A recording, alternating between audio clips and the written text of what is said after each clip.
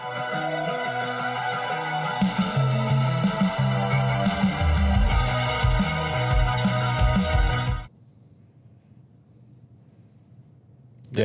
Rizzi is the coach, and now the defense won't encroach. That's 2 wins.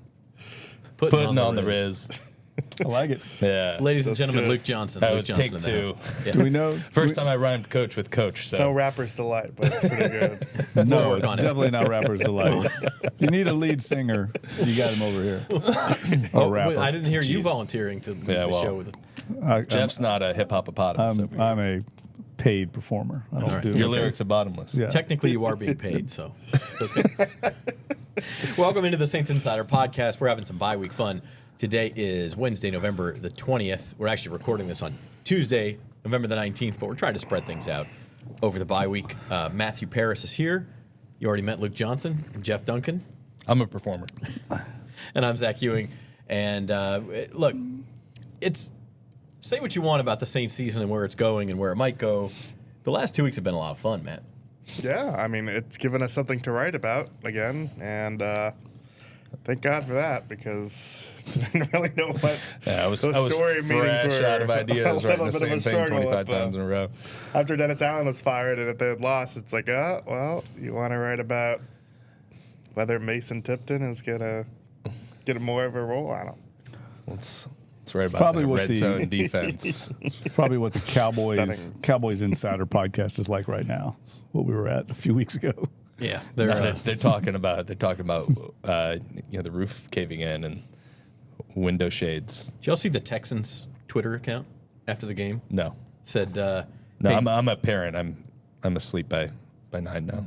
Dallas, you dropped this, and the piece of metal that had Was it an fallen L? from the roof was shaped like an L. It's good. That's good. It's good stuff. Good content. Yeah. Well, look, Darren Rizzi's at the center of this, Jeff, and like it couldn't have started a whole lot better for an interim coach. And we've talked about this. You always get the energy bump. You always get the momentum bump. You don't often see it go 2 weeks. Now they've got a bye week. It might be a bad time for a bye week. I don't know, but it feels more sustainable than just like a temporary bump. Yeah, and I think we're seeing some of the qualities and traits that attracted the Saints to him before when they interviewed him for the head coaching job and why he interviewed in Miami for the head coaching job. There's a lot of things he does that I think appeal to leading an organization. I mean, we see some of the same things that Dan Campbell had. That's why they're best friends, right? The very similar success in an interim basis. So it's going to be interesting to see if he can sustain it. I mean, they're playing very well despite, they're obviously played the Browns. I know they're not very good, but it's more than that. The way they're playing is with enthusiasm and energy, and they clearly are buying into what he's selling. And that was not the case under Dennis Allen. It's pretty clear. And I think the fact that Derek Carr came out and said the players are playing for Darren Rizzi to get this job, kind of campaigning for him for the first time we've heard that, I think that's significant. Now, whether the organization listens to the players in making this decision or they just factor that in, I think we're a long way off from that. But I do think there's certainly a lot of momentum being created by what he's doing right now, and you can feel it when you're out at practice or at a game, just the way the players are way his message is resonating with them. Do you think Rizzi and Campbell have ever chugged a beer and then simultaneously crushed the can on their For heads sure. together? For sure. You mean since yesterday, or Yeah, I mean clearly it's happened. like they do it over Zoom? Yeah. Saints Insider is sponsored by Bank Plus. Their banking decisions Nice transition. I've had better. Their banking decisions are actually made here in New Orleans by local bankers who know the community and take the time to know you. From small business to big business, home loans to bank anywhere technology, Bank Plus is here for New Orleans. Learn more at bankplus.net. Member FDIC, equal housing lender. We're going to get to that, by the way, whether Rizzi is a serious candidate to be the permanent head coach, because it's fair to say it's more realistic than it was 2 weeks ago. Yeah, I would say so. I mean, if it continues like this, but I will pump the brakes just a little bit, and they've got to finish the season super strong. Like, even if they finish 7-10, that would mean 5-2, 5-3. Like, that was that going to get you? Like, I don't know. You wouldn't think. Yeah, so we'll talk about that in that vein and a little bit more about the Rizz bump. Maybe Luke will even sing more right after this break. Ooh, I see at least 3 of them in there. 3 what? Possums, big rats, I don't know. Clarify big. You're gonna have to gut it. How much is that gonna cost?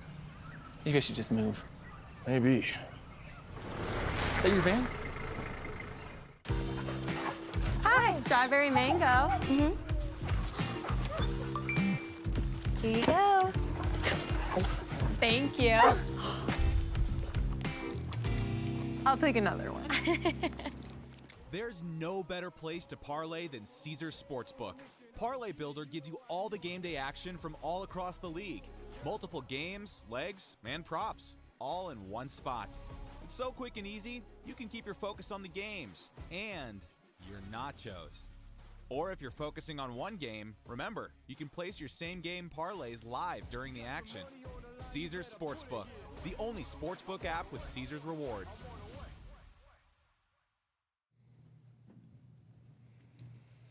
Rizzy bump, Rizz bump, Rizz bump.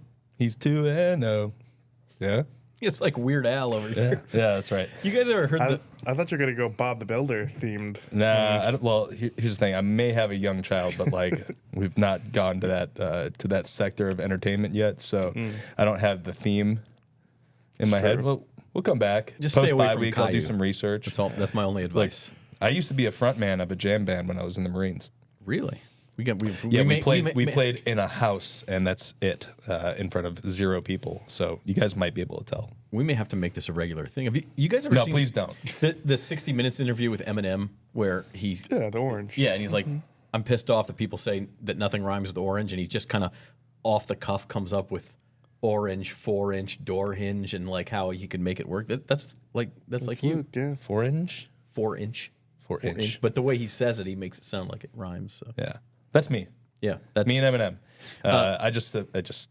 I can't talk that fast. You are pressing all the right buttons, just like Darren Rizzi is pressing all the right buttons. That's a better transition. And yeah, there we go. And the latest one, and I don't know, maybe this is something other teams have done. I haven't heard of it, but with the bye leading into Thanksgiving week, he's changing the schedule around so that the team comes back to practice Monday, which hearing him talk about it almost sounded like that was the more important thing of it, is that he didn't want the break to be quite so long. They get back to practice Monday. But then instead of practicing Wednesday, Thursday, Friday, they can practice Tuesday, Wednesday, take Thanksgiving off, and then Well, they won't practice Monday. They'll practice Tuesday. yeah, I'm sorry, but they will be back in the facility Monday. Right. And like, he can say like, oh yeah, we just want to get back earlier. But like, if this was October, they wouldn't have Thursday off. Right. This is the Thanksgiving. holiday, yeah. And you know Which, what? I'm gonna bring him thank God, I'm gonna bring him a nice slice of pumpkin pie. Or was he? He was, it was mashed potatoes and cranberry. I'm not gonna bring him. The mashed potatoes are mine. I'll just dump the can then, and then Still have the ridges in the side of it. I don't know how much that stuff matters individually, Jeff. But it does freshen things up for the players. I think they appreciate the difference. I mean, so much of what he's done to me is just make things feel different and fresh, and it'll be his challenge to continue to do that for 6 more games. But so far, so good. Well, I think Taysom Hill even said he listens to the players, and so I think part of that is the reason why he's been successful so far. Maybe Dennis Allen didn't listen as much. I mean, look, there's a fine line there. You can't listen to the players the whole time. Right. I mean, you have to be. Well, we don't want to practice. Okay. Yeah, you gotta like, there's a fine line there. But so far, it's working. I thought what Derek Carr said the other day was really interesting, where he said, Rizzi knows how to relate to this generation's players. I thought that was very enlightening. No one else has said really in that way, but you can read between the lines there. We've heard a lot of the speculation and talked to people that Dennis Allen had a disconnect with certain players on the team. And I think what Derek Carr is saying is there's getting more buy-in from everyone on the roster right now. And I think that's a very intriguing trait to have, to be able to get players motivated across all ages, and the roster is just a melting pot, and he's able to identify with players, maybe from being a special teams coach. But I think that's been big part of his success so far, is listening to his captains and yet still holding them accountable. That's the other thing. I mean, we talked about making fun of him and Dan Campbell smashing them. Like there is that bro part of the culture, but it has to be backed up with, real coaching. And I think Rizzi's certainly able to do that with his players because you see this team executing at a very high level. Well, and this was the Sean Payton thing, right? Right. I mean, obviously, Sean Payton's a brilliant offensive coach, but like I think if you look at maybe his best trait as a coach, it's not necessarily like, I'm going to draw up this play and it's going to be great because I'm going to demand you be at this exact inch. I mean, that's a huge part of it, but like he connected with every player on that roster. Right. One way or another, and he knew how to push buttons, and he knew how to get guys motivated. And I think like the coaching side of thing shows up on a play-to-play basis, but like when you're in these close, tight games, and you are managing the personalities and the people and the situation right, I think that's where that shows up. I think that's, to me, that has shown up in these two games where, look, the Saints, we have a story about it on NOLA.com today. Saints consistently under Dennis Allen failed to finish games. And, it was, whether you look at Tampa Bay his first year, Green Bay last year, numerous games this year where they have leads or it's a close game, they have a chance to put it away and they don't do it. And I think like he's got the buy-in, and that stuff is important when the game gets like really tight and tense. Yeah. Something else Derek said, Jeff, is kind of what I want to get into next, and that'll be today's transaction segment. It's proudly sponsored by Associated Grocers. Join our team and help support the success of local independent retail grocers. Apply today for available positions at Associated Grocers. We talked a little bit about the chances of Rizzi becoming the permanent head coach, and the Saints will conduct a coaching search. I think they'll do that either way, whether they decide Rizzi's the guy or not. I think they have to. Yeah, there's going to be other candidates. I think there's the Rooney rule. Yeah, they have to at least interview some like minority candidates. So like they can't just be like, yeah, Rizzi's our guy. But Derek Carr mentioned this, and Derek's like the biggest loyalist you'll ever find. I mean, he says it himself. He likes everybody. He liked Dennis Allen. He supported Dennis Allen.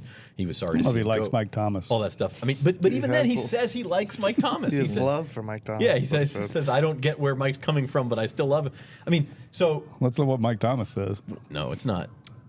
But Derek kind of went out of his way to say we are hoping to make this Rizzi's job. I mean, he came right out and said it, which is kind of maybe not that remarkable of a comment, Matt. I don't know. After two games, you hear it from players sometimes, I think, but there is that sentiment out there already.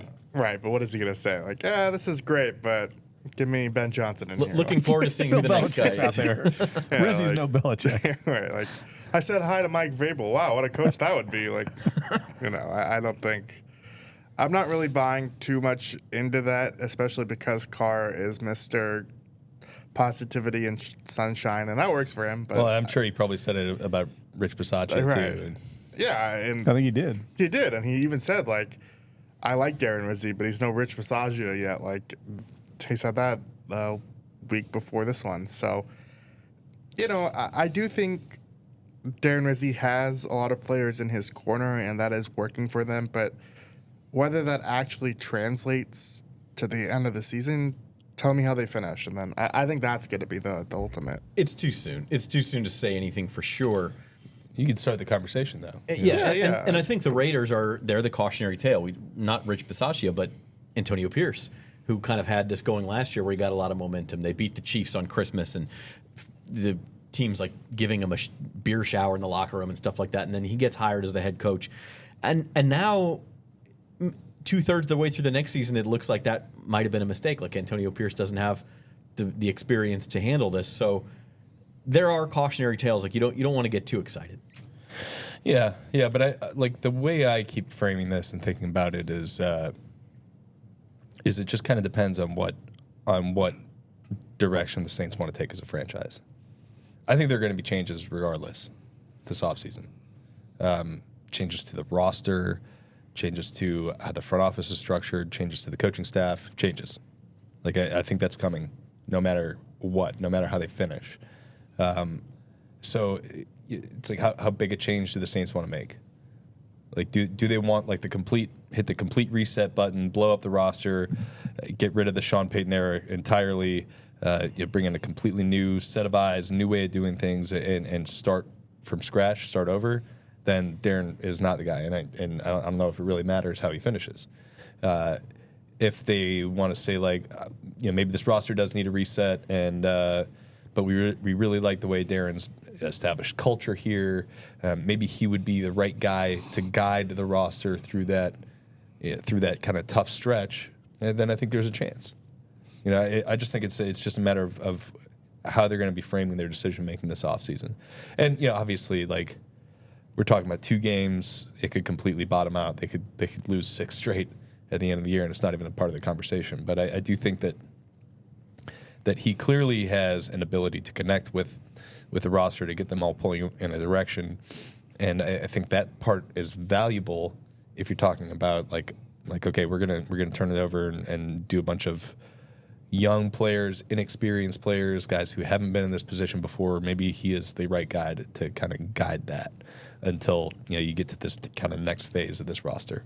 Yeah, and I think you don't know what the ownership or management is thinking as far as, like Luke said, the direction of the organization, because that guides everything else. I mean, if they want to go big game hunting and go after a Vrabel or a Ben Johnson or even a Belichick, I mean, that's a whole different philosophy that's going to be employed.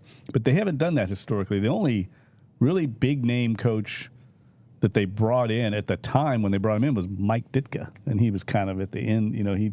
He had been out of the game for a while. So historically, it's Jim Haslett, Sean Payton, Dennis Allen, kind of ascending assistant coaches that they brought in here. And I think that's probably the direction they're more than likely to go, in addition to how much money it's going to cost them to bring somebody in. Well, one thing I'll say is it's pretty clear Darren Rizzi sees this as an audition for the permanent job. I mean, he wrote something on the 33rd team, I think it was in 2021, about how special teams coaches make the best head coaches. And it almost read like he's making a case for himself even back then.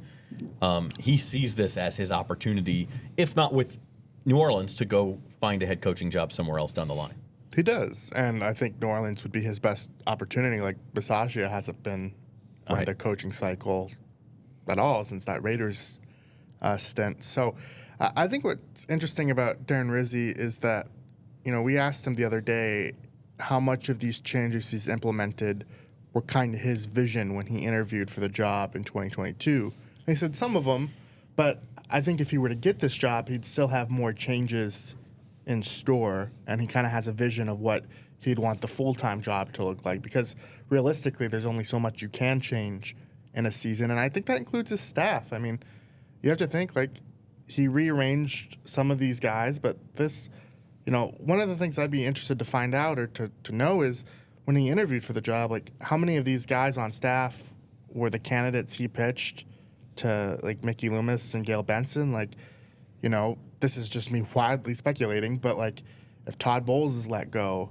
in Tampa, does Rizzi try and make him defensive coordinator because they work together in Miami? Like, he has connections working around the league, and I'm interested to see what his full-time staff would look like, because I don't know how many holdovers would be here. I think a point Jeff brought up last week, like, if let's say they do retain Darren Rizzi as a head coach, like, I'd have a hard time seeing them, like, doing a lot of, like, changeover on the offensive side of things, just because all those guys are on. They still have years left on their contract. Kubiak still has 2 years left after this. The rest of the offensive staff still has 1 year left. I think those guys also have just done a pretty good job considering the circumstances. The offensive line coaches in particular, I think John Benton and Rick Dennison have, like, really done a good job with that offensive line. That was a huge question mark coming into the year, and then dealt with all these injuries. But, like, I think the defensive side would be probably under some serious overhaul. When I look at that side of the ball, I don't know. I think Marcus Robertson's a pretty good coach. I think Mike Hodges is a potential defensive coordinator somewhere. But, like, would Joe Woods be back? I don't know. They've already reassigned Todd Grantham. And I think all those guys are probably in their last year of the deal, because they probably got 2-year deals.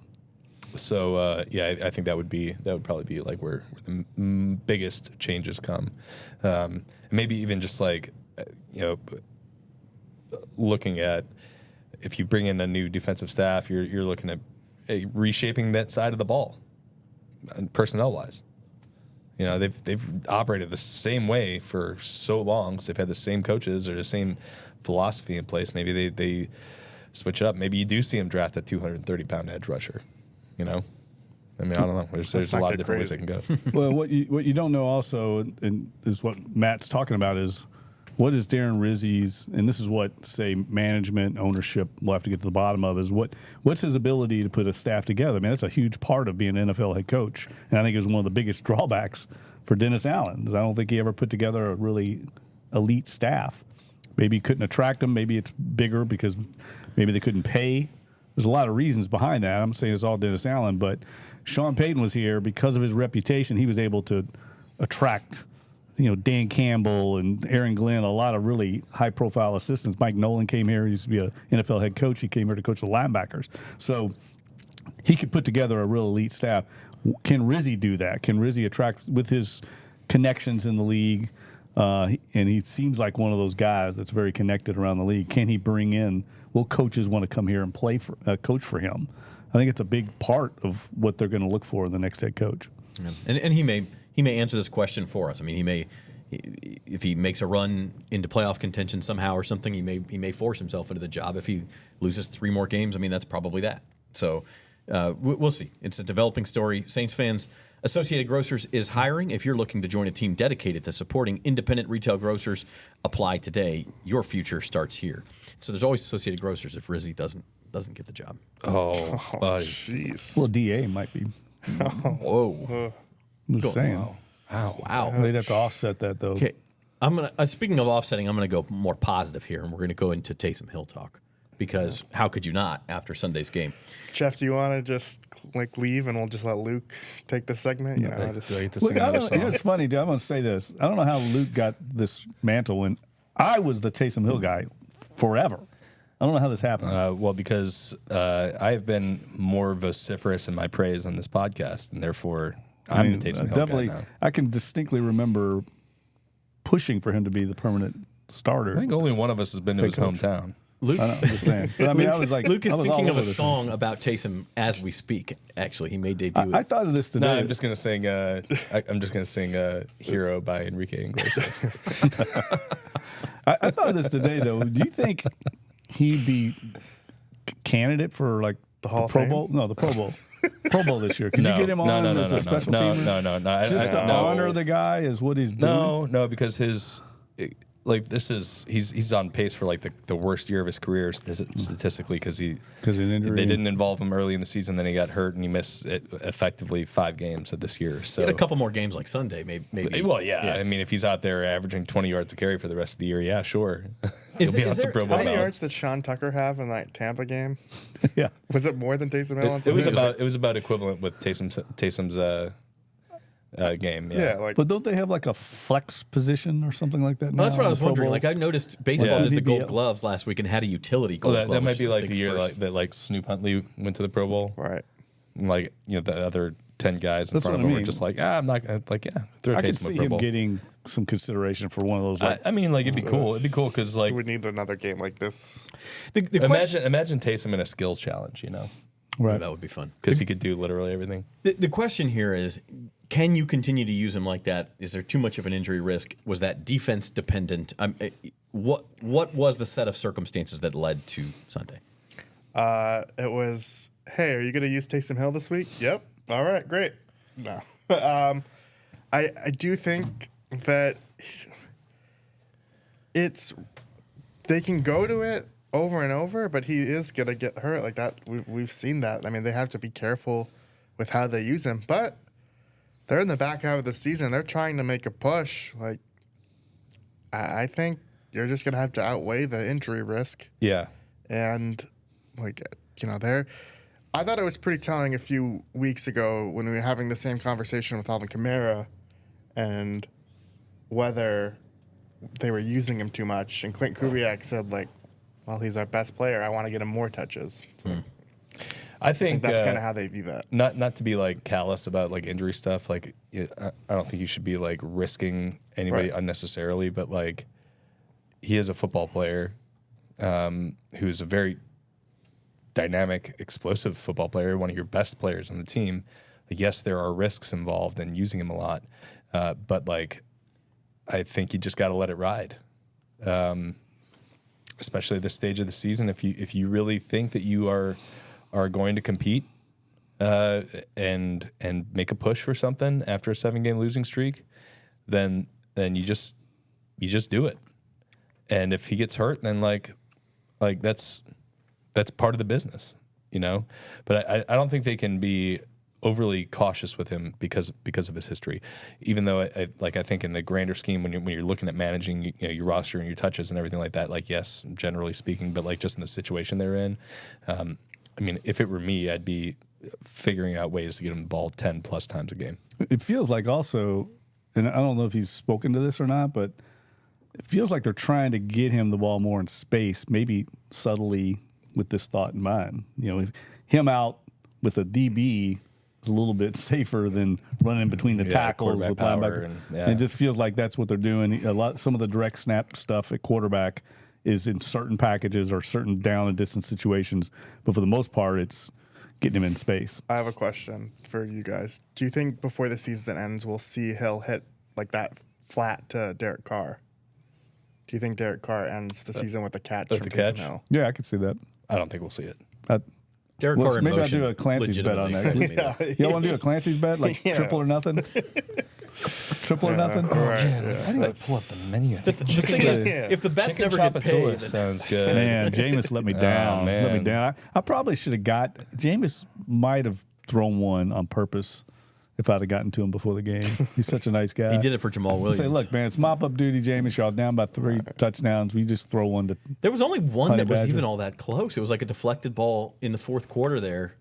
I looked it up. Lowest PBU number of the season. I think the Saints had. Jameis was really good. He was really good. Yeah, I figured that was going to come. It was going to be one extreme or the other. Yeah. He was going to throw for like 400 yards and 3 touchdowns or like 4 picks in that game. All right, we're triple or nothing, Clancy. No, we're not triple or nothing anything. Triple or nothing doesn't make see. any sense. Yeah, it does. We got to go up to 4 then. You got to do. We will. Hey, you think, 4. you think we can go on a day where they have the triple tail? All right. Yeah, Maybe the panade veal enunciation. That sounds delicious. that is. That's one of the other things they have. Yeah, let's go. Brought to you by Clancy's. Chicken chapatulas. Yeah, we need to Can get you the cancel your appointment this afternoon and The we'll just go smoked after? double cut pork chop We're gonna with record 2 Creole podcasts today. I'll be hungry. mustard demi-glaze The cream. pork chop is Joel Myers special. Go. All right. Jeff. Speaking of feasting, the Saints passing offense. Wow. Should do your ad read now.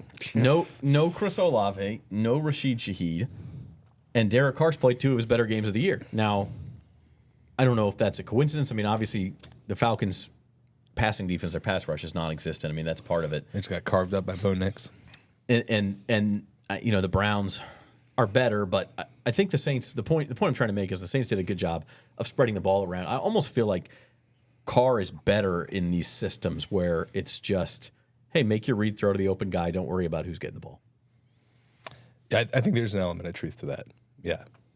I think he, and we saw it last year with Mike Thomas when he was trying to make it happen with Mike, and he's like feeding him lots and lots and lots of targets.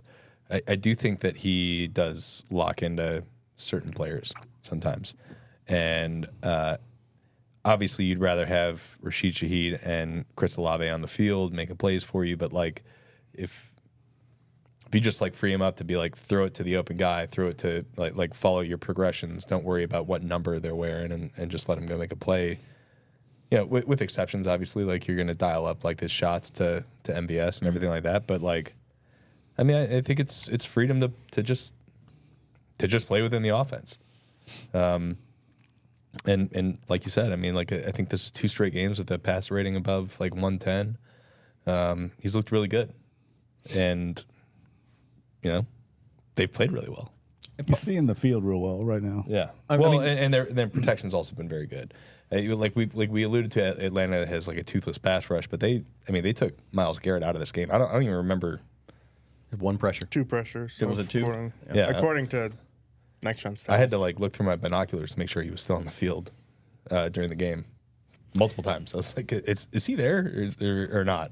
I thought it was Kubiak's best game since early in the season. Yeah. Overall, they had a really good plan. Just a really good offensive game, and it's worth mentioning too. Derek Carr's only played in 8 games. He missed 3 with injury, and he had the 2 real good games at the beginning. He's now had 2 real good games here. He's like if you look He at had a pretty good game on the road against Atlanta, too. Yeah, he did. And it wasn't like he was bad, I don't think, in the other games that he played. Carolina, he was just sort of maybe off a little bit, but The Chiefs game was kind of... the Chiefs game is probably his worst The game. first was not pass he very good, threw yeah. against Chiefs counts That out, one was cancels out tough. everything else. Everything. Well, I'm kidding. He's where I'm leading. He's like the third-rated quarterback on PFF for the entire season. Now, again, only 8 games. Other guys have played 10 or 11, but he's played really well. Like people start to say, oh, the Saints are stuck with Derek Carr for another year. If he keeps playing like this, that's not a bad. Well, I mean, this is kind of like what we were talking about all offseason. We're talking about hiring a coach from the Shanahan or McVay tree. Like, they maximize quarterbacks. And I mean, it didn't happen with Spencer Rattler or Jake Haener in the lineup, obviously, but like Derek Carr's a veteran quarterback, seen a lot of football, knows what defenses are trying to do against him, and you put the right offensive system in place. I think it helps. It would help a lot more if they had their ace players out there, but look, he's a solid, dependable starting NFL quarterback. He makes some plays that just like make you want to rip your hair out, but then like that 67-yard pass he threw to Valdez-Scantling against Atlanta was awesome. Like, not many guys on planet Earth can make that throw, So I think if they could just get the most out of him, he could be a very good, very effective NFL quarterback. And I don't think it's out of the realm of possibility that even if they decide to tear everything down, they just decide to keep him next year because they're going to be paying him $50 million anyways. Yeah, I agree. 1,700 yards, 13 touchdowns, 4 interceptions so far this year for Carr. Want to end here. One concerning thing from Sunday was Erik McCoy comes back, which opening up the offense like that obviously helps. But he also had to leave the game. So we'll talk about that to wrap things up. But first we need to take one more break. Back after this.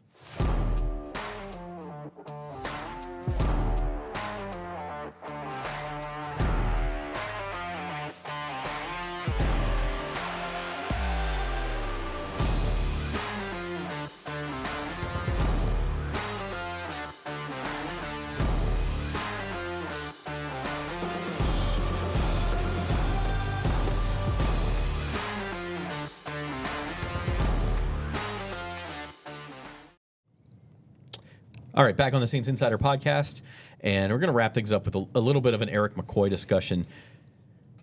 The word coy is coming to my mind. I don't mean to make it a pun, but Darren Rizzi has been a little coy with his answers about his center. Whether about injuries, generally speaking. Yeah, and that's kind of one trend we're noticing. In this case, I don't know if that's because they truly don't know how much Erik McCoy aggravated that groin injury. He did mention it's a good time for the bye week in that respect. Where do you guys think Erik McCoy is? Is he going to be a full go for the Rams? Is this more? Are we back to the concern situation? No idea. I mean, I think Rizzi's comment was generally optimistic. You could take it as generally optimistic that he'll be back for the Rams game. But I think maybe he learned from the way Dennis Allen kind of freely talked about injuries. Like, even though it was like kind of against his will, like he had to bend his arm to do it. Dennis would like talk about it, and then it wouldn't happen. He'd be like, yeah, we don't feel the need to put a guy on IR, and then he'll miss 5 games. And maybe he's just kind of decided to take it in a different direction and be like very opaque with his answers about things, so he doesn't get kind of caught in something. I'm going to disagree. I think he's actually been pretty open. I mean, they list like 20 guys questionable, and then you ask him about an individual one, and he'll like tell you whether he's playing or not. He will say on Fridays. Well, but like I guess what I'm really getting into is the extent like of the injury. Right, and it'll just be like Pete Werner was like, it's just a hand thing. Yeah, they called it asked a him if he had hand thing surgery. like 3 different times. Do you have surgery? I don't want to get into that. Right. Then DeMario Davis comes out afterwards like he broke his hand. He had major surgery. He had a steel plate in his hand. Like he's playing with a club. I forgot to tell you, there was like a nasty scar, or like you could see the surgical line after in the locker room. We call that a Walker Texas Ranger scar. Yeah. But in terms of McCoy, I think Rizzi kind of let it out of the bag. Is that this is a fortunate week for a bye that Erik McCoy would probably have to miss this week. But that makes me think That's not good coming off of surgery, coming back, and then injuring it to the point where you would have to miss a week if you didn't have the bye. Well, we still don't even know if it's the same groin, right? Yeah, no, we don't. Well, good point. Is there? I guess there's like sides of the groin. Well, there's a left groin and a right groin, right? Yeah. Yes. So you This is the medical hour brought to you don't by have just Julian one Doctors. groin. We need to get Matt back on the phone with another expert. Well, it is. Tore his hamstring. Well, then he can't use either leg. But no, the NFL injury reports do not say left or right. So you're right. We don't know if it's the same groin. Yeah. But I would just say, look at the way that offense moved in the first half, and they were good against Atlanta. Awesome. He was awesome. You want that guy out there. If you awesome. are going to make a run at this, you need Erik. Yeah, there was like a middle screen to Kamara, where like they run a lot of screens in this offense. A lot of them weirdly incomplete. Derek Carr's just like spiking them. But there was a middle screen in the first half, and McCoy was in the game, and they threw it right behind McCoy, and he made this like key block that sprung Kamara for like another like 8-9 yards. I think it was like an 18-yard gain on 2nd and 10. So, like that stuff shows up all over the place when you're watching this offense with McCoy, and I don't think it's any shock that like his first game back, their first drive in the field, they go right down the field and score a touchdown. It's like that's what they did the first 2 weeks of the season. He's a hugely important player for them. They ran the ball well when he was in the lineup. The screen game looked really good. The protections were good. So like he's so important to them. So they want him back next week against the Rams, who have some pretty good interior players as well. Yeah, no doubt about it. So we'll get an update. I mean, it's going to be next week before we hear anything on that, but. That's going to do it for our show today. We'll be back on Friday with another bye-week pod. This one's going to be more of a kind of a holistic look at where the Saints are through the season. We're going to do some report card stuff and maybe talk about like that very narrow path to the playoffs they may still have. So that'll be next time. More songs? You know more songs? No, I was doing the Doctor Strange thing again. One in a billion. It's very, very narrow. Yeah, it's very, very narrow. It's like I think 3%. It's like Blake Groupie narrow. The Athletic. All right, for our producer, Norman Bell, he's Matthew Paris, Luke Johnson, the Troubadour, and Jeff Duncan. I'm Zach Ewing, and we will see you next time on the Saints Insider.